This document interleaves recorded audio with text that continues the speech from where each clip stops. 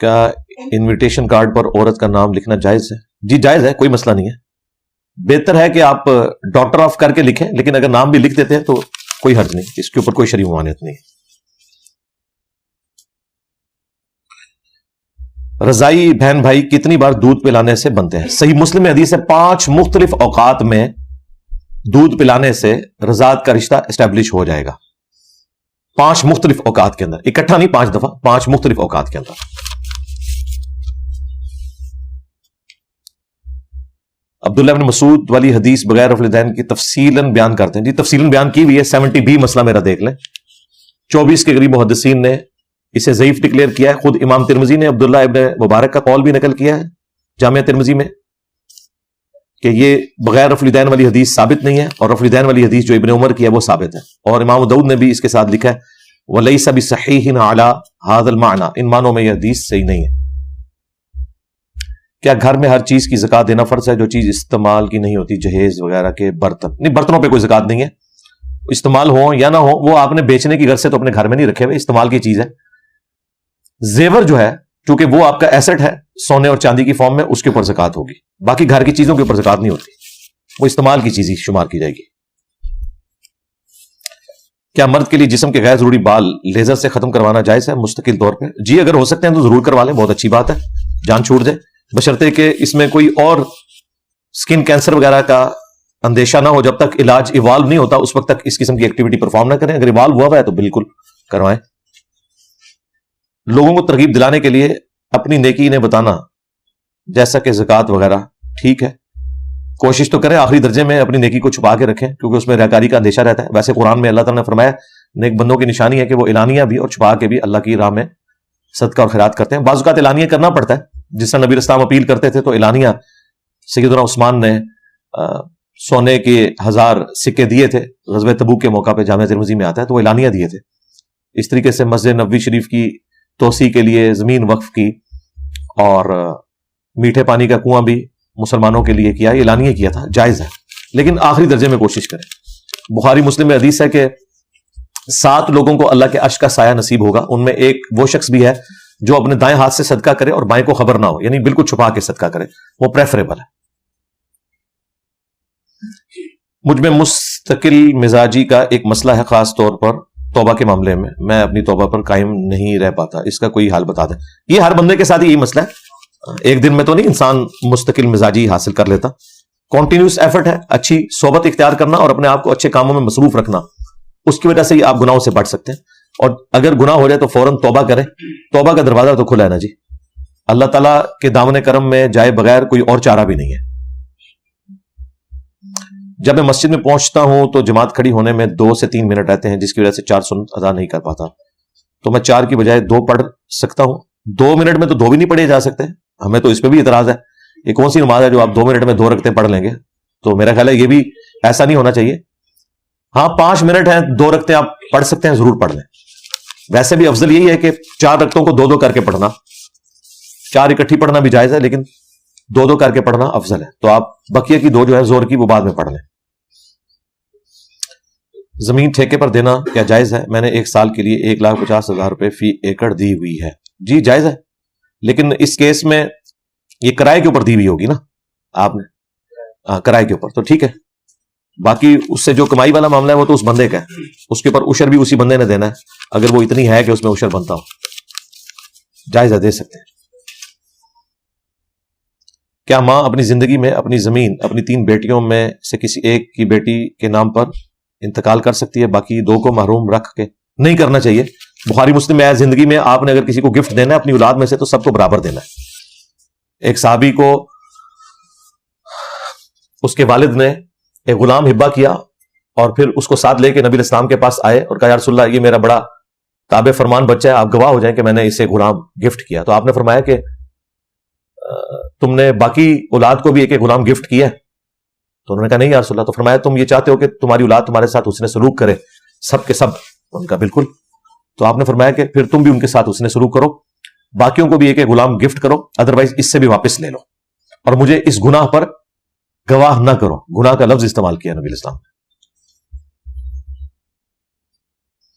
جمع کی ہوئی نماز میں نماز کی ترتیب میں فرق آ سکتا ہے؟ ترتیب میں جان بوجھ کے فرق تو نہیں ڈال سکتے آپ، وہ تو گناہ ہے. جمع جب کر رہے ہیں تو ظاہر ہے پہلے زور پڑیں گے، اس کے بعد اثر پڑیں گے. اگر کوئی ایسی مجبوری ہوگی، مثلا آپ مسجد میں پہنچے اور عشاء کے 4 فرض پڑھے جا رہے تھے، آپ نے ابھی مغرب بھی پڑھنی تھی، تو ظاہر ہے کہ عشاء والے کے پیچھے مغرب تو نہیں پڑھی جا سکتی، تو پھر آپ ٹھیک ہے عشاء اس کے پیچھے پڑھ لیں، مغرب کی نماز اس کے بعد پڑھ لیں. یہ کیٹاسٹروفک کنڈیشن ہے، ادروائز جان بوجھ کے ترتیب نہیں بدل سکتے. اگر انسان بہت نیک ہو، پرہیزگار ہو، مگر بہنوں کو جداد میں حصہ نہ دے تو اس کے بارے میں کیا حکم ہے؟ جہنم میں جائے گا، سیدھی سی بات ہے. قرآن میں لکھا ہے جو لوگ یتیموں کا مال ناحق ہڑپ کرتے ہیں اپنے پیٹ میں دوزخ کی آگ بھر رہے ہیں. بالکل جو مرضی کر لے، جب تک معافی نہیں مانگے گا. وہ بہنوں نے معاف کرنا ہے، جتنے مرضی نفل پڑھے. نوری علم اور کالا علم کیا ہوتا ہے، وضاحت فرما دیں. اکثر ہم نے سنا ہے کہ نوری علم کے لیے کچھ ورد کرنا پڑتا ہے، اس سب کی کیا حقیقت ہے؟ نوری علم جو پبلک میں مشہور ہے وہ ظاہر ہے جو سنت وظائف ہیں، ان کے بارے میں بولتے ہیں. ویسے تو ان کے بزرگوں کے وہ وظائف ہوتے ہیں. اور کالا علم جو شیطان کو خوش کرنے کے لیے شرکیہ کلمات ہیں. پریکٹیکلی تو اس وقت نوری اور کالا علم دونوں ہی کالے ہی ہیں یہ، کیونکہ وہ قرآن و سنت کی تعلیمات والے نہیں ہوتے. قرآن و سنت کی تعلیمات والے آپ کو اذکار کارڈ اینڈ پہ مل جائیں گے، صبح و شام کے سنت اذکار. کیا دم کروانا جائز ہے؟ اکثر لوگ بتاتے ہیں کہ وہ کیا پڑھتے ہیں، مگر مشہور ہوتا ہے کہ ان کے دم سے شفا ہوتی ہے. اکثر لوگ بتاتے نہیں کہ وہ کیا پڑھتے ہیں.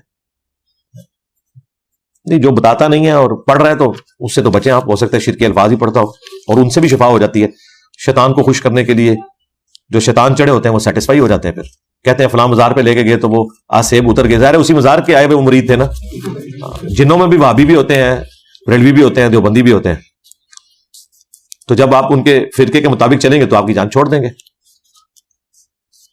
باقی یہ جو دم کروانا ہے، دم اگر قرآن و سنت کے مطابق ہو تو بالکل درست ہے. آخری 3 سورتیں پڑھ کے دم کرنا سنت ہے. اس پہ میری ایک ویڈیو بھی ہے، نبی علیہ السلام کے تعویذات. محرم میں منت کے طور پر ننگے پاؤں چلنا چاہیے یا نہیں؟ کیا مطلب ننگے پاؤں کیا چل کے کرنا ہے؟ کدھر جانا ہے انہوں نے؟ نہیں، یہ سب بدعات ہیں، کوئی دین سے ان کا تعلق. داڑھی کی مقدار کتنی ہے جبکہ مٹھی بھر بھی رکھتے ہیں اور اس سے بڑی بھی رکھ سکتے ہیں؟ جی جس طرح مرضی آپ رکھیں، جو آسانی سے آپ سنبھال سکتے ہیں. مٹھی کم از کم رکھنا سنت ہے. مٹھی سے زیادہ بھی اگر رکھنا چاہتے ہیں تو رکھ سکتے ہیں، بشرطے کہ وہ اتنی لمبی نہ ہو کہ آپ کو ٹوائلٹ میں جاتے وقت یا اس کو سنبھالتے ہوئے تردد ہو. اس پہ تفصیلی ویڈیو میری ریکارڈ ہے. داڑھی لکھیں اور ساتھ میرا نام لکھیں، ویڈیو آ جائے گی. سوال ہے کہ ناسخ اور منسوخ حدیث میں فرق کیسے ہوگا؟ آپ کو فرق کرنے کی ضرورت نہیں ہے. جو منسوخ ہو چکی ہیں حدیثیں وہ سب کو پتہ ہے.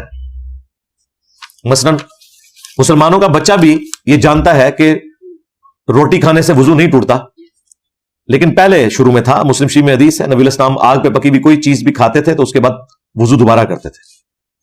بعد میں آپ علیہ السلام نے آگ پہ پکی ہوئی چیز کھائی اور وضو کا اعادہ نہیں کیا اور ایک وضو سے کئی نمازیں پڑھی. پہلے ہر نماز کے لیے الگ سے وضو کرنا پڑتا تھا. تو آج ہمارے بچوں کو بھی پتا ہے کہ وضو ہو تو نیا وضو کرنے کی ضرورت نہیں ہے. تو اسٹیبلش جو دین ہے وہ ہم نے امت نے وہی ٹرانسفر کیا ہے. جو حدیثیں ناسخ ہیں، جو فائنل حدیثیں وہی چل رہی ہیں. پہلے شراب حرام نہیں تھی، بعد میں حرام ہوئی ہے. ہمارے بچوں کو پہلے دن سے پتا ہے حرام ہے. لہٰذا یہ جو مولویوں نے کوئی ڈھکوسلا مچایا ہوا ہے، کہانی بنائی ہوئی ہے علمی شابت کے طور پہ، کوئی ایسی چیز نہیں ہوتی ہے. اور جو حدیث کی کتابوں میں ہوتا ہے وہ باقاعدہ چیپٹر بنے ہوئے ہوتے ہیں. پہلے چیپٹر ہوگا کسی ایسی چیز کا کہ جو منسوخ ہو چکی بھی ہے، اس کے بعد اس کی ناسخ حدیث بھی آ جائے گی. مسلم شریف میں ترتیب سے یہ ساری حدیثیں موجود ہیں. جہاں جہاں پہ بھی احادیث آتی ہیں وہ ترتیب سے آتی ہیں، کوئی ٹینشن نہ لیں. اگر کوئی قربانی میں حصہ ڈالے جبکہ پاکستان میں قربانی 30 دن کی جائے اور یوکے میں 4تھا دن ہوگا تو قربانی ہو جائے گی؟ بالکل جی، چوتھا چھوڑ کے 10واں دن بھی ہو قربانی تو ہو جائے گی. یہ تو آج کے مسئلے ہیں نا کہ آپ کو پتا ہے کہ یوکے میں آج کون سا دن چل رہا ہے. 8 سے 100 سال پہلے کسی کو پتا تھا کہ یوکے میں قربانی کا کون سا دن چل رہا ہے، چل بھی رہا ہے کہ نہیں چل رہا؟ جب آپ نیابت کر دیتے ہیں تو پھر شرعی حکم اس علاقے کا شمار ہوتا ہے جہاں پہ آپ رہ رہے ہیں. اس کا اس سے کوئی تعلق نہیں ہے کہ وہاں پہ عید کا دن ہے یا نہیں ہے. کیونکہ ایک بندے نے یوکے سے یا امریکہ سے جب پاکستان میں پیسے بھیج دیے تو پاکستان میں عید کا دن وہ قربانی کا دن ہونا چاہیے. وہاں پہ ہو نہ ہو سے کیا فرق پڑتا ہے؟ یہ تو آج کے مسئلے ہیں نا کہ آپ کو فون پہ پتا ہے کہ فلاں اتنا دن ادھر چل رہا ہے، پہلے تو نہیں تھا. تو نیابت میں تو جس جگہ پہ آپ قربانی کر رہے ہیں وہاں پہ قربانی کا دن ہونا ضروری ہے. اس بندے کے اپنے قربانی کا دن ہونا ضروری نہیں ہے. سمجھ آ رہی بات آپ کو؟ واجب غسل کے فرض اور سنت کیا ہے؟ سنت طریقہ غسل کا میں نے ویڈیو میں ریکارڈ کروایا ہے. پہلے آپ نماز کا سب وضو کریں گے اور اس کے بعد پورے جسم کے اوپر ایک دفعہ پانی بہا لیں گے. اس میں جہاں جہاں احتیاط کرنی ہے آپ نے وہ کرنی ہے. That's all. باقی اس میں جو سنتیں ہیں، کلی کرنا، ناک میں پانی چڑھانا، یہ ساری سنتیں ہیں اس کی. حنفی جو ہے وہ کلی کرنے اور ناک میں پانی چڑھانے کو فرض قرار دیتے ہیں، حالانکہ اس کی کوئی دلیل نہیں ہے، یہ سنت ہی ہے. نہ وضو میں کلی کرنا فرض ہے، نہ غسل میں فرض ہے. اگر غسل کے دوران پانی کے چھینٹے بالٹی میں گر جائیں تو کیا بالٹی ناپاک ہو جائے گی؟ اگر ناپاکی کو لگ کے گرے ہیں پھر ناپاک ہوگی، ویسے جسم سے لگ کے گرے ہیں تو کیوں ناپاک ہوگی؟ پھر تو آپ جن ہاتھوں میں تولیہ لے کے واش روم میں جا رہے ہیں وہ تولیہ بھی پھر ناپاک ہو جائے گا. جب تک نجاست کا ڈلنا یقینی نہ ہو اس وقت تک وہ پاکی تصور کیا جائے گا.